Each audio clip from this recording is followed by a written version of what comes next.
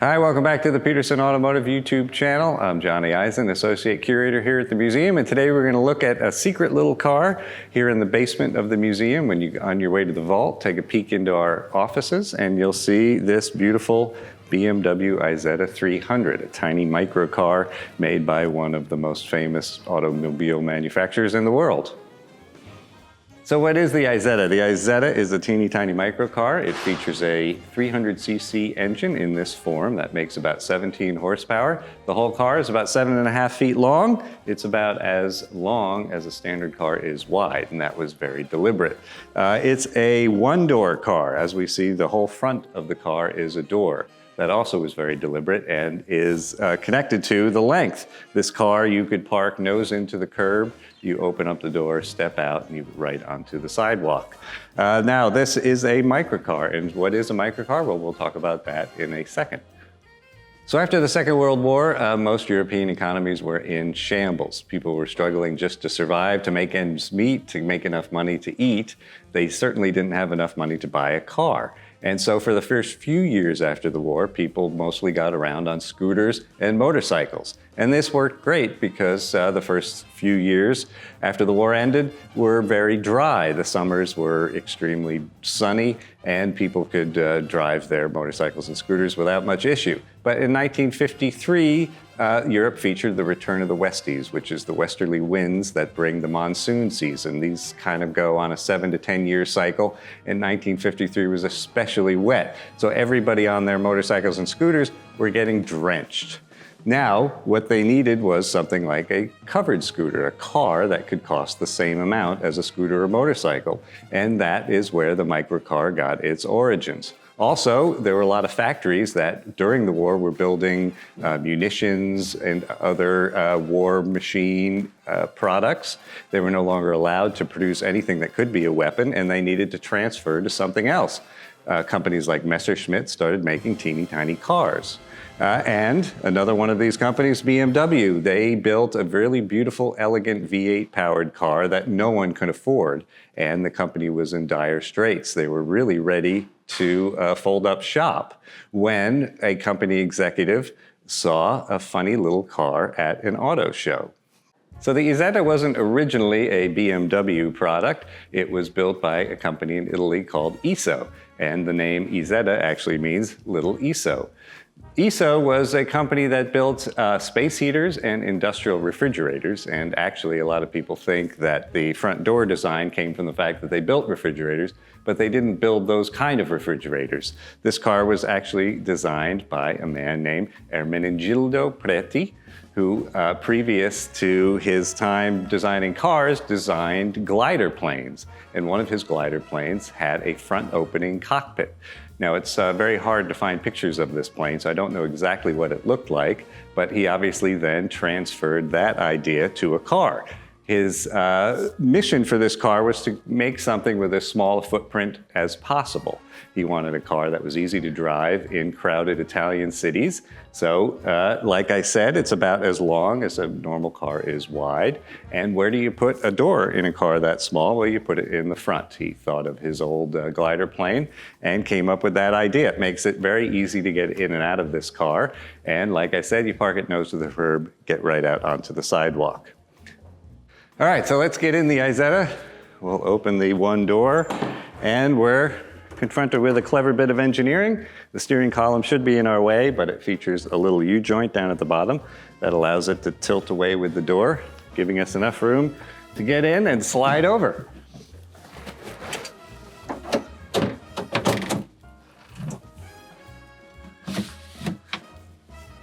Sliding windows provide a pretty panoramic view in here, and despite the tight quarters, I fit pretty comfortably. You've got a nice little bench seat in front. There's nothing in front of me, so I've got plenty of leg room, even though I'm 6 feet tall. And yeah, this is a fun little space pod to buzz around in a crowded Italian or other European city. So this car was originally built by the Italian company ISO. ISO built, like I said, space heaters, refrigerators, and other industrial things like that. The company was owned by a man named Renzo Rivolta, and Rivolta's passion was things with engines. He especially loved fast cars. So why did he start out building a little weird kind of tiny microcar. He knew that he had to start somewhere, and he also recognized the fact that Europeans needed cheap transportation. And ISO actually started out building a scooter before they graduated up to this car. He was looking for a project to follow up the scooter when Mr. Preti came into his office holding a wooden model of the Isetta. His secretary actually came to him and said, "There's a man outside with a wooden watermelon." He was pretty intrigued, met Mr. Preti, and recognized that the Isetta could be something special, something that would be kind of like the Vespa. It could be chic and cool and sort of transcend economies. It could be bought by people who could only afford something like this, but also bought by people who had a little bit more money who wanted just something kind of cool and hip to drive around Italy. So the Isetta made its debut at the 1953 Turin Auto Show and created something of a sensation. It was unlike anything anyone had ever seen before, and Renzo Rivolta was pretty happy that his car was going to start to build his company. Except for the weather in Italy wasn't as bad as the rest of Europe, and he didn't sell very many Isettas. So the original ISO Isetta featured a very unusual engine. It was a Twingle. It was a 2-piston, 1-cylinder engine. You had 2 pistons in kind of a figure-8 shaped cylinder. It was just under 200 cc's and was around, I think, 8 horsepower. It wasn't a very capable car, obviously, but it was good enough for putting around cities. It did not prove very popular in Italy, but Rivolta actually, his idea was not necessarily to sell a ton of these cars, but was to sell a license. And in 1954, the Isetta made its debut outside of Italy at the Geneva Auto Show, and that's where people from BMW first spied it. When BMW executives first saw the Isetta, they had the same thought that Renzo Rivolta did. Here's a chic, hip little car that we can sell tons of and help our company move into the 1960s. All right, so let's take a look at the engine. You use this funny little key to unscrew the latch and drop this engine cover down, and there it is. We see the air cooling fan here. It's a very compact engine. They actually set the engine on the right side of the body so that it would sort of counterbalance the weight of the driver on the left side of the car. Obviously, when they converted these to right-hand drive for the UK, that kind of did away with that advantage. Also, if you have a passenger in the car, it means that there is a lot more weight on the right side of the car than the left. But still, it worked pretty good. And this engine, while not being particularly powerful, was plenty to move this little car. Actually, when they first tested the car, they burned out the rear tire, much to everybody's surprise. So BMW almost immediately procured a license to produce the Isetta in Germany. They had started to develop their own scooter and microcar, but the length of time it would have taken to get those things to production, plus the costs, didn't really make it worth their while. They knew that a microcar wasn't going to be a big money maker, but it was something that would allow them to keep the factory open, to keep their employees employed, and to pretty much keep things running as they planned for the future. Now, they made a few improvements to the car. They did away with the ISO Twingle engine and put their own single-cylinder 250cc motor in it. Cars in Germany with engines less than 250cc's were taxed less. You could also drive them with a Class 4 license, which was not like a regular driver's license. And so there were many reasons to keep the motor small. Later, they would give it a 300cc engine because those regulations changed and the Class 4 license was only going to be for motorcycles and scooters. A few other things they did. Originally, the car had a big bubble window here, which wasn't, you couldn't open it. So they then switched to the sliding window, which gave you finally air in the car. Obviously, a tiny little bubble like this, it can get oppressively hot in there. There's no air conditioning. And the sliding window was a great improvement. BMW sold over 160,000 of these cars, not making it the biggest selling microcar of all time, but it's certainly become the most iconic.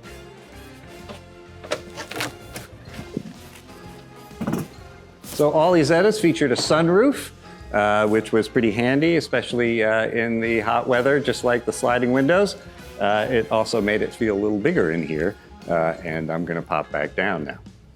All right, so one thing we didn't talk about while I was in here before is the transmission. A lot of other microcars, because they were based on scooters, had sequential transmissions. This car has a standard H pattern, and it's actually a 4-speed. The shifter knob obviously is a little bit funny because it's coming out of the side of the car, but really it's just like any other car. First down here, second, third, fourth, and reverse over here. It makes it easy to drive. And 4 speeds means that it was a little bit more capable on longer country roads. Obviously, this car is too small to have much trunk space, and this area in the back here is mostly taken up by the fuel tank. But above it, we have a nice parcel shelf. You certainly could fit a couple bags of groceries back here. You can fit another one next to you on the bench seat. And it was a lot more practical than it looks. So while BMW bought a license to produce Isettas from ISO, they also sold licenses to other countries where they could produce Isettas based on BMW's designs. There were Isettas built in Great Britain, in Spain, also in Brazil and South America, and that made this car truly a world car. A lot of those countries, like Brazil and Spain, had tight restrictions on car imports. So manufacturers would buy licenses from foreign manufacturers to produce cars of other designs in those countries. It saved on development costs and made it so that they could build up their own car industries, and that's what the governments of those countries wanted.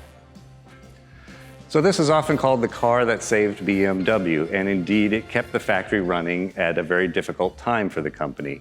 It actually bought them time to start developing cars for the future. But first, there were a couple other weird tiny cars that filled the gap between this and the Neue Klasse cars that we all know so well.